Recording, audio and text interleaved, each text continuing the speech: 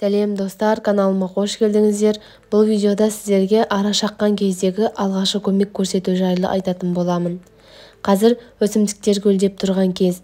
Арасында әртүрлі жәндіктермен қоса арада толып жүреді. Көбіміз ара шағып алған кезде оны елемейміз де.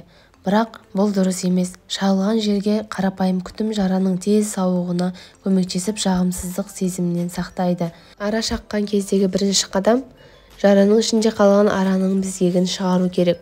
Ол үшін сізге пинцет немесе ине қажет болады.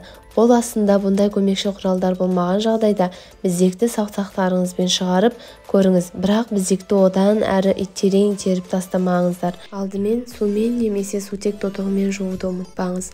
Жылы суға калий перманганатын салыңыз. Судың түсі қызыл күлгін болуы керек. Осы ерітіндіге мақтаным алып, шағылған жерді сүртіңіз. Марганцовканың орнына сутек тотығы немесе тұздалған су қолдануға болады. Шағылған жерге мұз кесегін басыңыз. Ол жараның ісінуін кетіреді.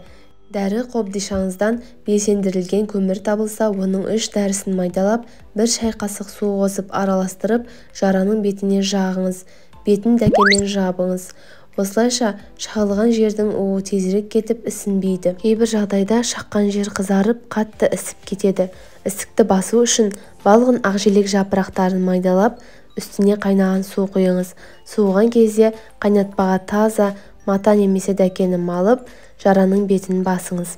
Ара шаққаннан кейін өзіңізді нашар сезініп, жүрегіңіз айнып, қызуыңыз көтеріліп, дем алумен қиындықтарыңыз болса, тезірек дәрігердің көмегіне жүгінуіңіз керек.